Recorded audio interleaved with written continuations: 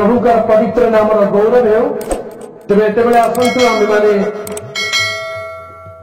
प्रभु का पवित्र वाक्य को पाठ कर आज ध्यान को आरंभ करने को जीवा जो सब दुख भय करने को जाऊछ से सब को भय कर नहीं देख तुम मान परीक्षा निमंते शैतान तुम मध्य कहारी को कारागार में निक्षेप कर तुम्हें माने 10 दिन क्लेश भोग कर तुम्हें मरण पर्यंत विश्वास थाओ से आमे तुमको जीवन रूप मुकुट देबो। आमेन। कहीं लिखा जाए प्रकार लिखार कारण कौन प्रभु एक कथा कहीं प्रकार कहते तार गोटे अर्थ रही वाक्यर प्रकृत अर्थ कौन से आम बुझा चेष्टा करवा। हालेलुया। प्रकाशित वाक्य पुस्तक हूँ बाइबल शेष पुस्तक। प्रकाशित वाक्य पुस्तक हूँ बाइबल शेष पुस्तक। यहाँ पर आउ किसी पुस्तक अच्छी कि नहीं। प्रकाशित वाक्य पुस्तक बाइबल शेष पुस्तक आउ नूतन नियम एकमात्र संपूर्ण भाववाणी पुस्तक अटे। प्रकाशित वाक्य पुस्तक हूँ संपूर्ण भाव में गोटे भाववाणी पुस्तक अटे।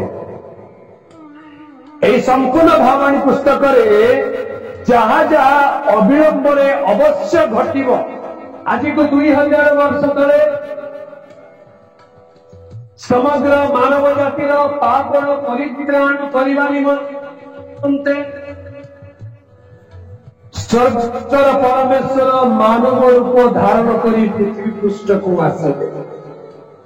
आम मैंने गत 2 सप्ताह तले प्रभु जीशु ख्रीस्ट जन्म उत्सव पालन कर कि नहीं। प्रभु जीशु ख्रीस्ट केते तारीख जन्म होते केते तारीख बोली लिखा जाए ना किंतु आमने डिसेम्बर 25 बोली पालन कर जहाँ भी हो जीशुकर जन्म को आम मन पकाई तेरे जगत को प्रेम कर ईश्वर अपना एकमात्र द्वितीय पुत्र को दान कर से पुत्र प्रभु जीशु ख्रीस्ट आम समस्त को प्रेम कर जगत को आसिले आम मान क्रूस अपना प्राण दान कर परित्राण दान कर। हालेलुया। ताहांको छड़ा जगत ताहारी ठारे परित्राण नहीं। जगत के परित्राण दे पारिबो कि आउ कहारी ठारे परित्राण नहीं। परित्राण पाइबा केवल जड़े मात्र व्यक्ति अछंती ताहांको निकट को जीवा को पड़िबो। ताहांकर नाम हेउची आम समस्त पाप परित्राण करने स्वर्गर परमेश्वर एकमात्र पुत्र प्रभु यीशु ख्रीस्ट को आज को 2000 वर्ष एकमात्र पुत्र प्रभु यीशु ख्रीस्ट से आम मान पाप कालवरी क्रूस अपनार प्राण को बलिदान कले तांकर पवित्र रक्त से आम छड़ाई पाप सब क्षमा करते। हालेलुया। जे कई ठारे विश्वास करिबो से विनष्ट न होई अनंत जीवन पाई। हालेलुया।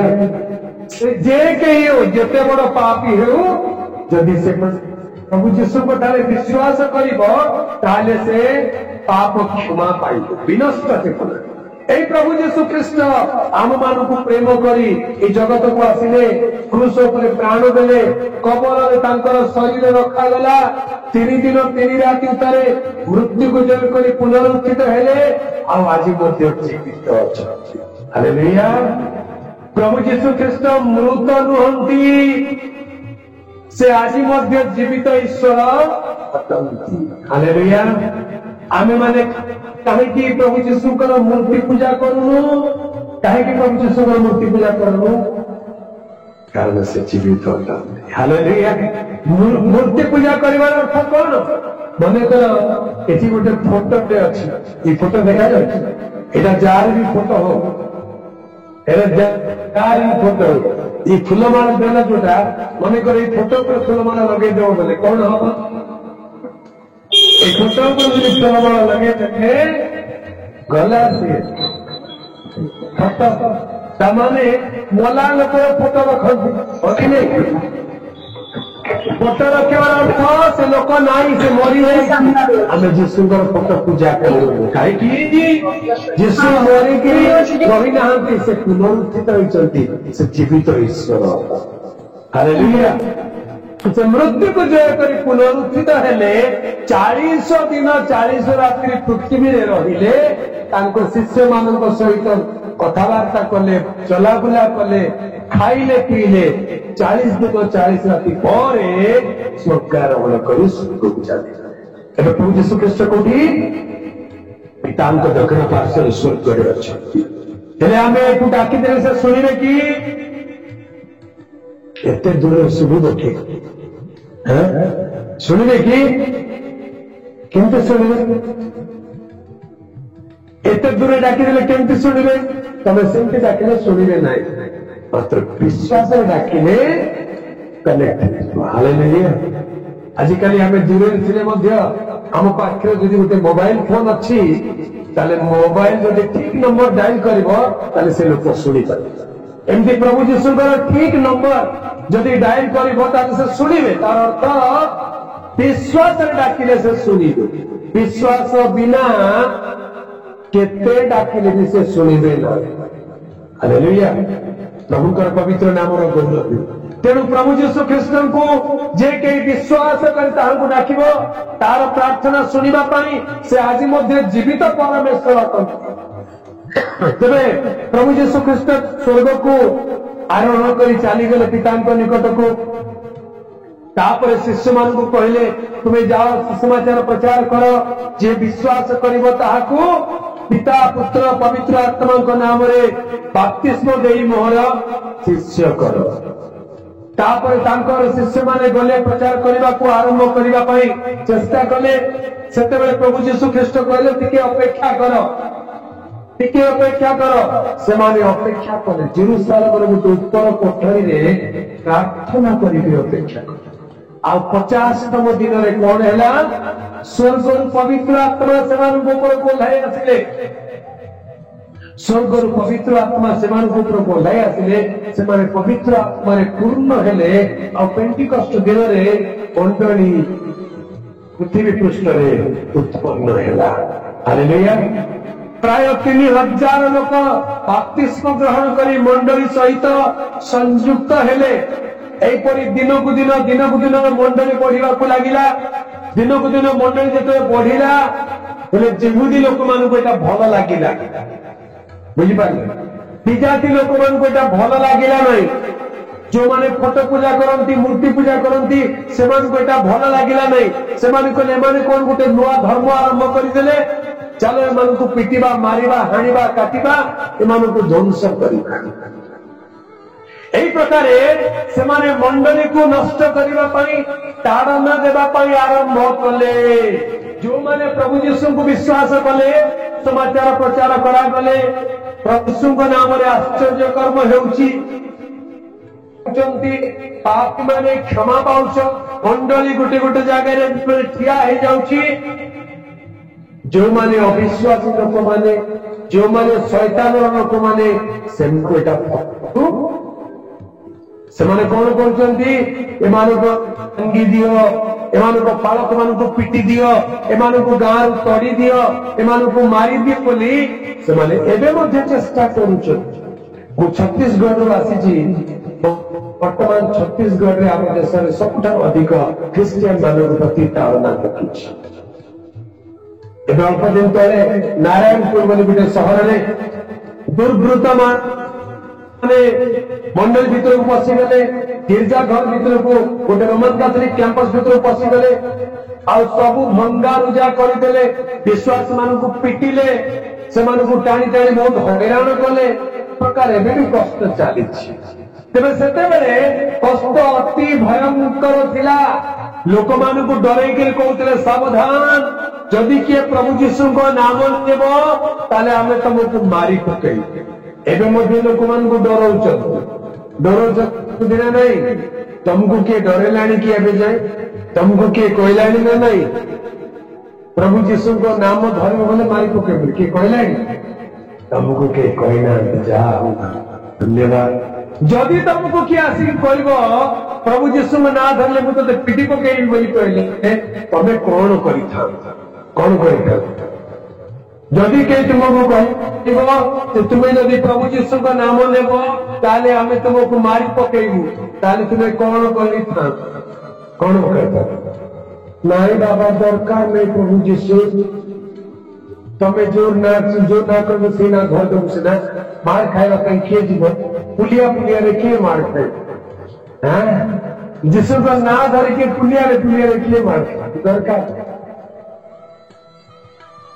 प्रभुଙ୍କର प्रिय लोक माने प्रभु जीशु नाम नेले कष्ट मध्य आसीबो कि नहीं तारण मध्य आसीबो मार्ग मध्य मिलिबो हेले सेतेबेले हमें प्रभु जीशु को छाड़ीबार नहीं सेतेबेले हमें प्रभु जीशु को छाड़ीबार नहीं कष्ट आसीबो दुख आसीबो निंदा आसीबो ताड़ना आसीबो हेले हमें प्रभु को धरुचु ना छाड़ुचु सेटा होची असल परीक्षा हालेलुया एबे किछि वर्ष तळे कंधमाल जिल्ला रे दंगा हला कंधमाल जिल्ला दंगा तो नहीं ताड़ना है क्रिश्चियन मानकर गां घर गिरजा घर सब पड़ी दे जाको देखिले ताको पिटी देले आम गां रे प्राय 15-20 जन लोक को मारी पके जीवन में मारी गोटे भेंडिया पिला युवा पिला गोटे को एमती आमने सामने फायरिंग करके छाती रे गुली लागिला मरी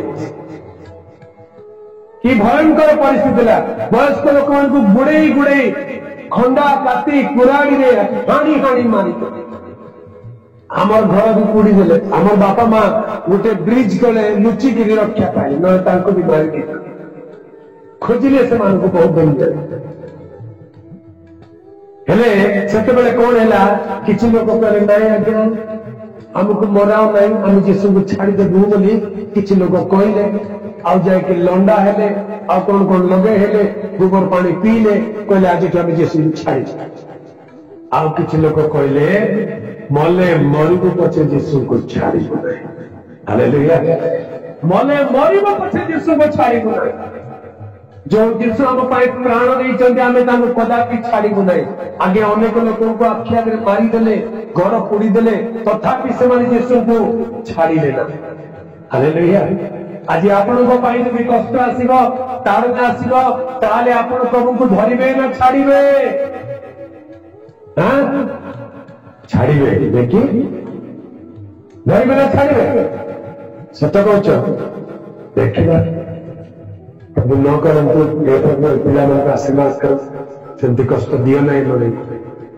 हालेलुया परीक्षा आसीबो केते प्रकार परीक्षा अछि जानछ जड़े आसिक खंडा काटी कुराड़ी धरिकी डरेब से कह नाई मरले मरबी सीना जीशु छाड़ी सेटा भी अच्छी शैतान देखी हो या काटी देखिए डर नहीं बढ़िया सुंदर टुका गोटे आनीदेव तुम जीवन झील मैंने सुंदर टुका गोटे आनीदेव हीरो पर दिशुव आउ मास को 2 लाख टका दरमा पाऊ कार चढ़ी आस तुम गाँव को आ कह तु आसबु कि मोर सांगे मुझे तो राणी पर रखिल मोर बड़ बंगला गोटे अच्छी मुई हैदराबाद रे चाकरी करुची मुई अमेरिका रे चाकरी करुची लक्ष लक्ष टका पाऊ मो संगे आसलु कि हेले झील माने कौन कहबे हाँ आसबी हेले से पिला को आसबु जे मात्र ये माला पिंधवा को पड़िबो कि नाली सूता बांधवा को पड़िबो आउ मोर घरे गोटे मूर्ति अच्छी मुंडिया मारवा को पड़िबो हाँ हाँ कौन है तमें मारुच बोले मुझे मिसा मारबी तमें मोर स्वामी बोले तुम कथा मानबी से भी जना पड़ो सेमती कर कि नहीं मिछ कह सीना तते मात्र छाड़ी से कह सतरे हाथ काटिक देखा तो बोले ब्लेड गोटे आने हाथ काटिक मिसा देखिए दे सेमती टोका बोला सी जी कह छाड़े गिरजा छाड़े रविवार दिन सिनेमा देखी जा रविवार दिन अमुक जगह बुली मानबू कि माने कौन दूर शैतान हालेलुया मते तो सुरी दरकार नहीं मते प्रभु जीशु हालेलुया मते सुंदरा टुका स्वर्ग ने बोले बाबू तू तोर जगह को जा मते जीशु दरकार ହାଲେଲୁୟା। ଶୈତାନ ଦୁଇ ପ୍ରକାର ଚେଷ୍ଟା କରେ, ଇଆଡେ ଚାପଡା ମାରିବ, ନହେଲେ ଆସିକି ଚୁମା ଦେବ। କୋଉଟା ଦରକାର କୁହ? କାହାକୁ ଚାପଡା ମାରିକି ପରୀକ୍ଷା କରିବ, ଆଉ କାହାକୁ ଚୁମା ଦେଇକି ପରୀକ୍ଷା କରିବ। ଚାପଡା ମାର ଦେଖିକି ଡରିକିରି କିଛି ଲୋକ ନାହିଁ, ପ୍ରଭୁଙ୍କୁ ଛାଡ଼ିଦେବି ବୋଲି କହିବା ଲୋକ ଦେଖିବେ। ଆଉ ଚୁମା ଦେଖିକିରି ତାର ପଛରେ ପ୍ରେମରେ ପଡିଯାଇକି ପ୍ରଭୁ ଯୀଶୁ ଦରକାର ନାହିଁ ବୋଲି କହିବା ଲୋକ ଅଛନ୍ତି ନା ନାହିଁ? ଆଜ୍ଞା, ପ୍ରଭୁଙ୍କ ପାଇଁ କଷ୍ଟ ସହିଲେ, ମାଡ଼ ଖାଇଲେ, ସବୁ ହେଲା, ସେଥିରେ ଜୟ ପାଇଗଲେ, ମାତ୍ର ଟଙ୍କା ପିକା ଦେଖିକିରି ଲୋକ ବିକି ସେମିତି ଅଛନ୍ତି ନା ଅଛନ୍ତି। ଶୈତାନର ପରୀକ୍ଷାକୁ ବୁଝିବାକୁ ପଡିବ, ଚିହ୍ନିବାକୁ ପଡିବ। ତେବେ ଆଦ୍ୟ ମଣ୍ଡଳୀ ପ୍ରତି ସେ ପ୍ରକାର ତାଡ଼ନା ଆସିଲା, କଷ୍ଟ ଆସିଲା, ପରୀକ୍ଷା ଆସିଲା, ପ୍ରଲୋଭନ ଆସିଲା, କିନ୍ତୁ ପ୍ରଭୁଙ୍କ ଲୋକମାନେ କହିଲେ ପ୍ରଭୁ ଯୀଶୁଙ୍କୁ ଛାଡ଼ିବୁ ନାହିଁ। ଦିନକୁ ଦିନ ମଣ୍ଡଳୀ ବୃଦ୍ଧି ପାଇବାକୁ ଲାଗିଲା। ଯେତେବେଳେ ମଣ୍ଡଳୀ ବୃଦ୍ଧି ପାଇଲା, ବିଶ୍ୱାସୀ ମାନେ ବୃଦ୍ଧି ପାଇଲେ, ସେତେବେଳେ ଶୈତାନ କାର୍ଯ୍ୟ ମଧ୍ୟ ବଢିଗଲା। ଶୈତାନ ଦେଶର ଶାସନକର୍ତ୍ତା ମନରେ କାମ କଲା, ପ୍ରଧାନମନ୍ତ୍ରୀ ମନରେ କାମ କରିଥାନ୍ତା, ମୁଖ୍ୟମନ୍ତ୍ରୀ ମନରେ କାମ କରିବ। ଏଇ ଖ୍ରୀଷ୍ଟିଆନ ମାନଙ୍କୁ ଚାଉଳ ଦିଆ ନ ଯାଉ ବୋଲେ ରାସନ କାର୍ଡ ଫେରେଇ ଦିଅ ବୋଲି କହିଲେ, କେତେ ମା ମାନେ ଅଛନ୍ତି, ନାଇଁ ବାବୁ ଟଙ୍କା କେ ଚାଉଳ ଛାଡ଼ିଦେଲେ ଆମେ କେମିତିକିରି ବଞ୍ଚୁବୁ, ଆମକୁ ଚାଉଳ ଦରକାର, ଯୀଶୁ ଦରକାର ନାହିଁ ବୋଲିକିରି ରାସନ କାର୍ଡକୁ ଧରିକି ରହିବା ଲୋକ କିଏ କିଏ ଅଛ କହିଲେ? ତମ ରାସନ କାର୍ଡ ନିଅ, ଆମେ ଉପାସ ମନେ ମରବୁ ସିନା, ଆମର ପ୍ରଭୁ ଆମକୁ ଖାଇବାକୁ ଦେବେ। ହାଲେଲୁୟା। ଯେ ଆକାଶ ପକ୍ଷୀ ମାନଙ୍କୁ ଖାଇବାକୁ ଦଉଛନ୍ତି, ସେ କଣ ଆମକୁ ଦେବେ ନାହିଁ? ଦେବେ। ରାଜା ମାନେ, ମନ୍ତ୍ରୀ ମାନେ ଆମ ବିରୁଦ୍ଧରେ ଉଠି ପାରନ୍ତି, କିନ୍ତୁ ଆମେ ପ୍ରଭୁଙ୍କୁ ଯଦି ପ୍ରେମ କରୁଛୁ, ପ୍ରଭୁଙ୍କ ପାଇଁ ସ୍ଥିର ରହିପାରୁ। ହାଲେଲୁୟା।